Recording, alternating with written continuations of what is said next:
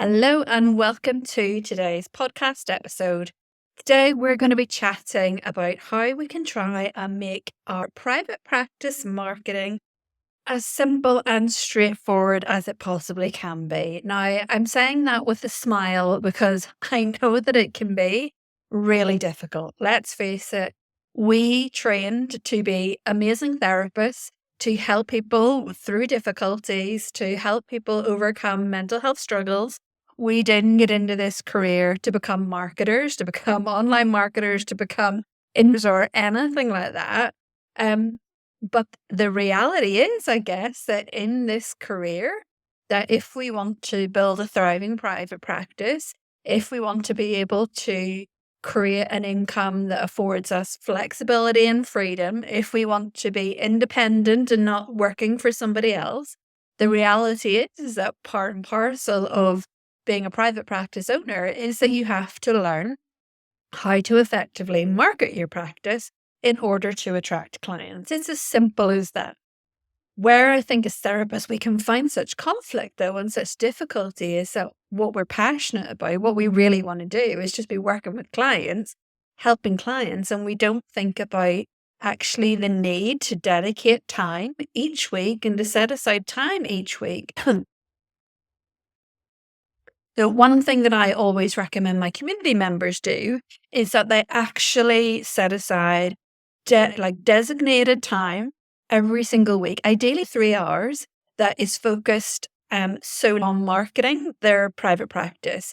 I usually recommend trying to have a block of time, ideally on the same day, the same time each week, so that it's in your diary, it's in there as a non-negotiable. That's what you're going to focus on those particular times. I also get people to think about their own energy levels, think about their own creativity levels. Is there a particular day or a particular time that's going to work best? Because I guess the reality is when you're creating content, when you are marketing, you're using a totally different skill set and a totally different energy from what you're doing whenever you're working with clients. So for me, Thursdays tends to be the days where I will create podcasts and I will write my emails. And it tends to always be in the AM. Come afternoon, I'm usually fit for nothing and the creative juices are not flowing. So for me, Thursday morning is a good kind of time for me to block out to focus on marketing. So that would be my first thing that I would say to you is if you are currently not doing that, if you have a real slapdash approach to your marketing where you're just trying to squeeze it in where you can, or you're maybe posting something and then you're ghosting your audience and you're not posting something for several weeks, create the habit now. If you create the habit now of doing some work around your marketing every single week, I promise you, it will stand you in good stead for the long term. Absolutely help you to achieve whatever goals you might have for your private practice. When it then comes to creating, I suppose some things that I'll really notice from therapists is just the fear, the fear around what kind of content am I going to create and market myself. I don't know what ideas that I'm going to generate in order to post. I don't know if it's going to be effective. I don't know if it's going to be helpful. And so there's so much overwhelm around how to market myself, what content to create, that the overwhelm then will lead to procrastination. And then the therapist does literally nothing. I wish it was just as simple now that we could have a really good directory profile and maybe a website as well, and that was sufficient and that was enough. And maybe for some people that is.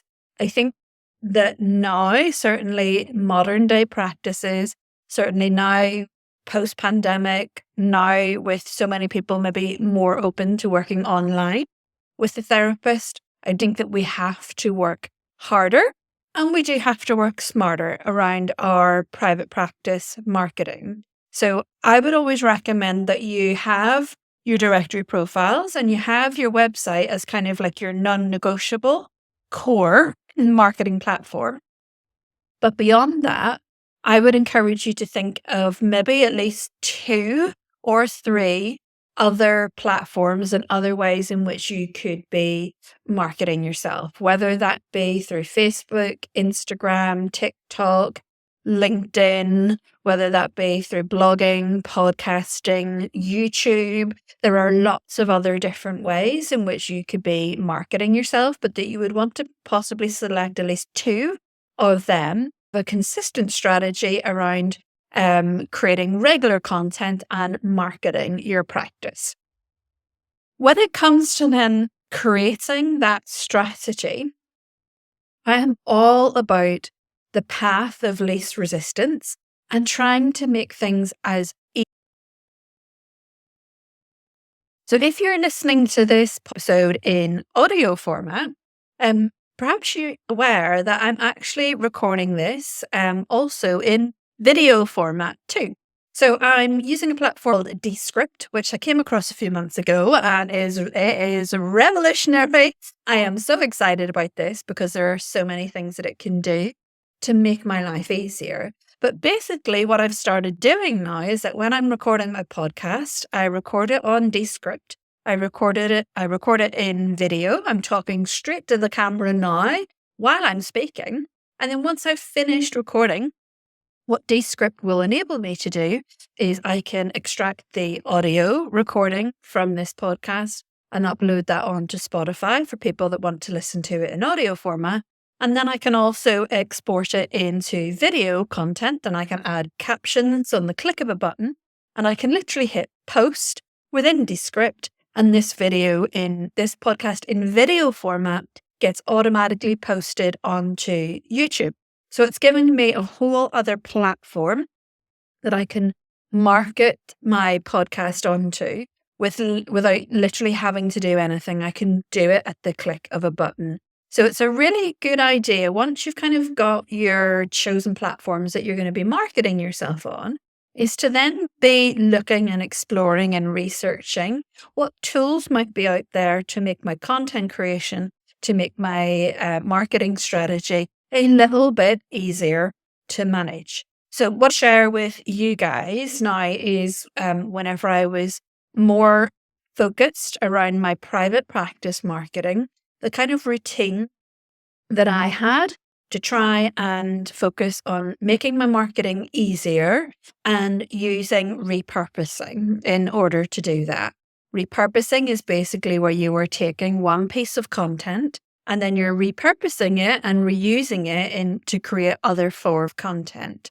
So when I was working in my private practice, and in particular, I think it was maybe about a year and a half ago or so, I sort of lose track of time, but I think it was about a year and a half ago. I was really focusing around my SEO for my website and really wanting to drive more traffic organically to my website. So my marketing strategy would basically start with the blog, because the blog was the key thing that I was focused on for helping to improve SEO on my website. And then it occurred to me that what I was then writing in the blog could quite easily be used to create other pieces of content in other forms. So I would write the blog, and then the blog would be, for example, an email for my email list. So it would be a little newsletter. It would then be turned into, for example, a carousel post, and then that carousel post into a reel. So if I give you kind of an example of what that could look like, that if you're a therapist, what you'll want to do to kind of begin with is thinking about your niche area, thinking about your ideal client. Like, what are the key questions perhaps that your ideal client might have? What are the key difficulties that they have? What is it that they are hoping for as a result of working with a therapist just like you? And if you can compile a big list of all their common questions, difficulties, things they want to know, things they want help with. Essentially, when you create that list, you're creating ideas for your core pieces of content. You're creating ideas for your blog writing. So say you are working with clients that really struggle with maybe self-esteem issues. And one of the topics that you're looking at for a blog is something to do with the inner critic.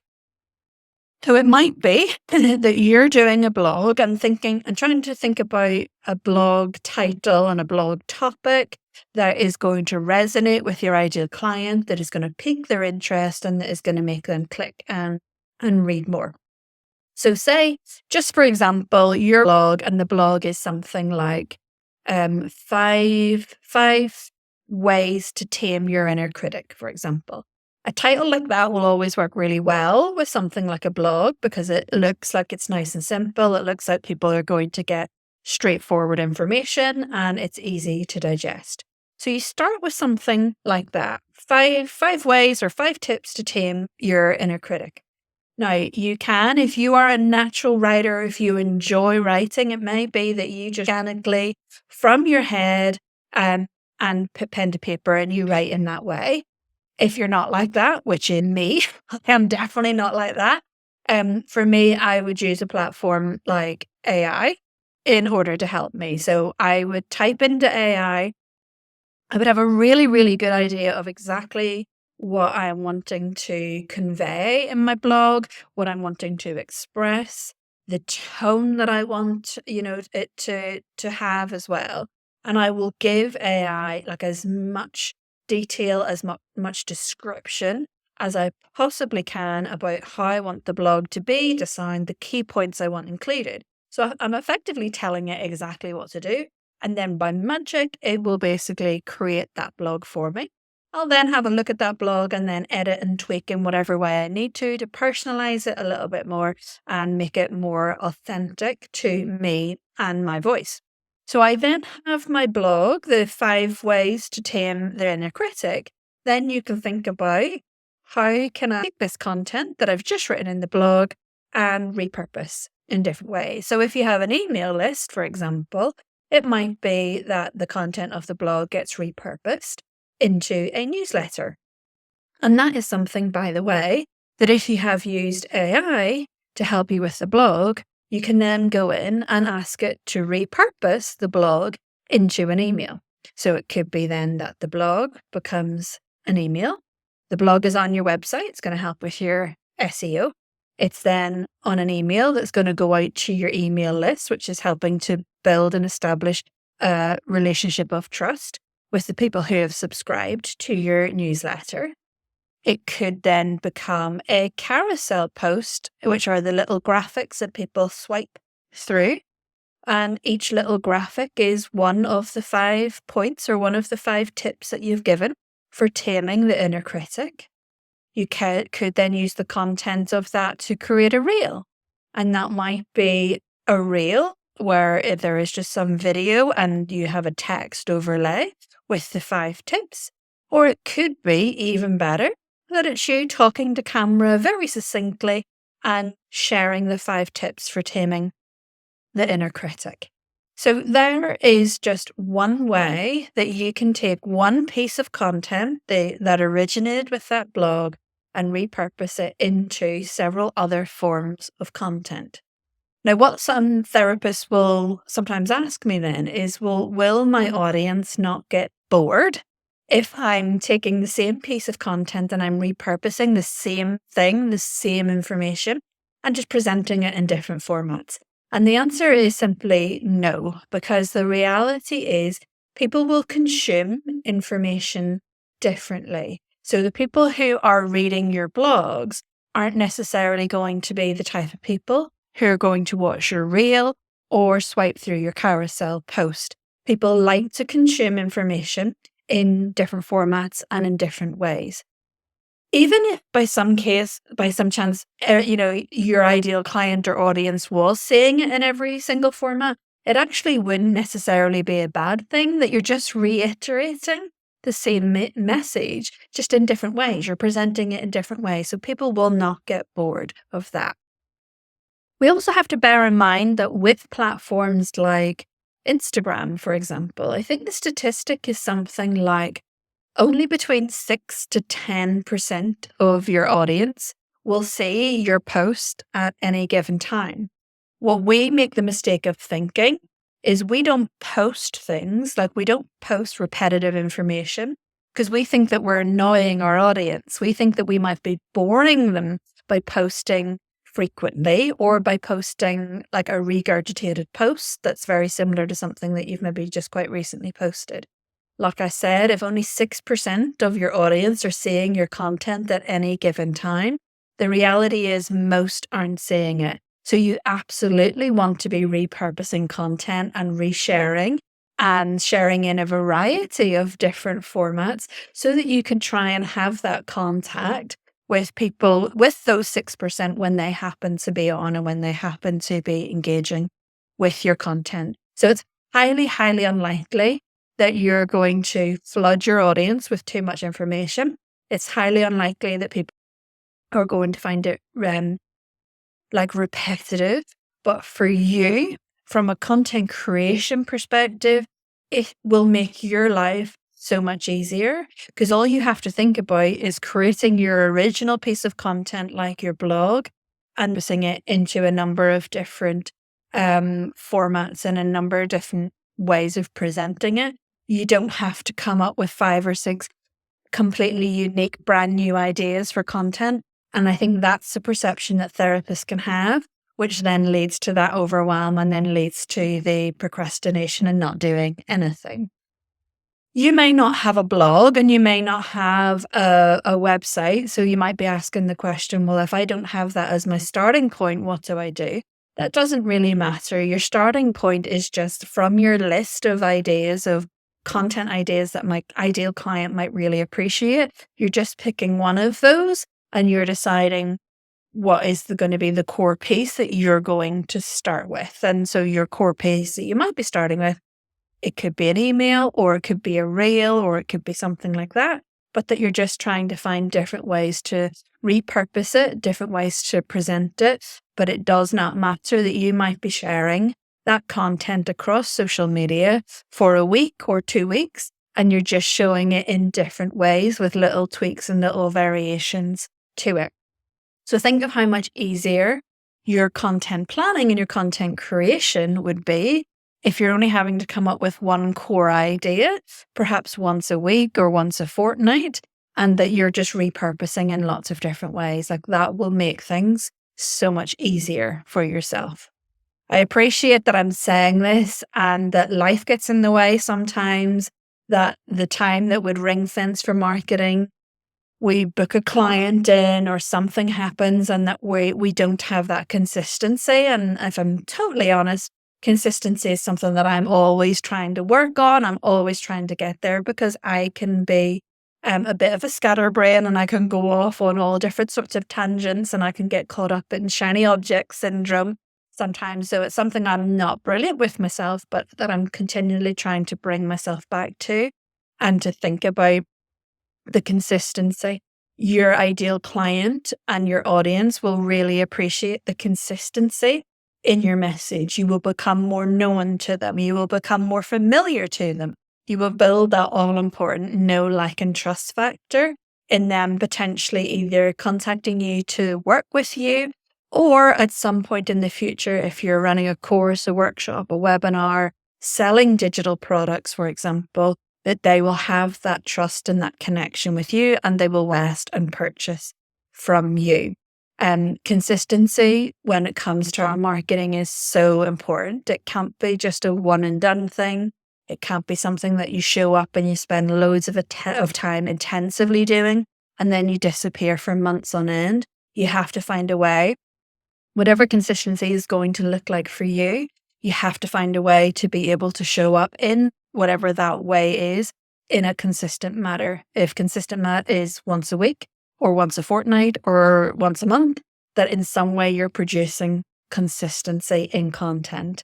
For blog writing, things like that, putting a blog on your website every month or so, that's fantastic. But with social media, only showing up once a month, you're probably not going to get very much traction. It's probably not going to be that helpful to you, which is why, depending on what platforms you're on, you have to think about finding ways that you can be consistent with it. And this is where I guess tools like scheduling tools and planning tools and stuff would be really helpful as well. So obviously within social media, that Meta has its business suite where you can go in and once you have created perhaps those reels, the carousel posts, static posts, like however you have repurposed your original content into social media, that once you have it created, that you can go in, have it scheduled, and then you know it's done and you can leave it. The absolute ideal would be that when you are dedicating those 2 or 3 hours every single week to your marketing, that would be a prime opportunity, both for content creation, but then also for scheduling for the weeks ahead to try and minimize, I guess, that feeling, that pressure and that stress of, oh my God, I have to have no idea what I'm going to post. The ideals and full in the knowledge that we don't always do things in the ideal way, and I'm completely guilty of that as well myself, but it's something that we can always be working on. We can always be trying to improve. And if we can at least start with creating that boundary around time to dedicate to your marketing, that's a great place to start.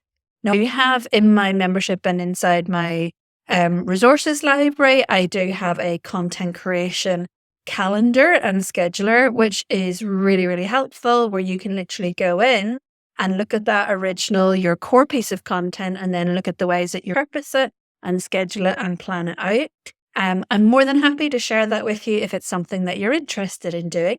If you are, either you can put a little comment underneath this video if you're watching via YouTube, or if you're watching on the podcast, you can simply put a little comment underneath the podcast notes underneath this episode, or you can send me a little DM via Instagram, which is Prosper in Private Practice. That's my Instagram handle. So I hope you find this podcast episode helpful. I hope it's helped to maybe alleviate, I hope, some of the anxiety and some of the fear around your private practice marketing. If you do have any questions, do feel free to reach out and get in touch. But that's it for today, and I'll speak to you soon.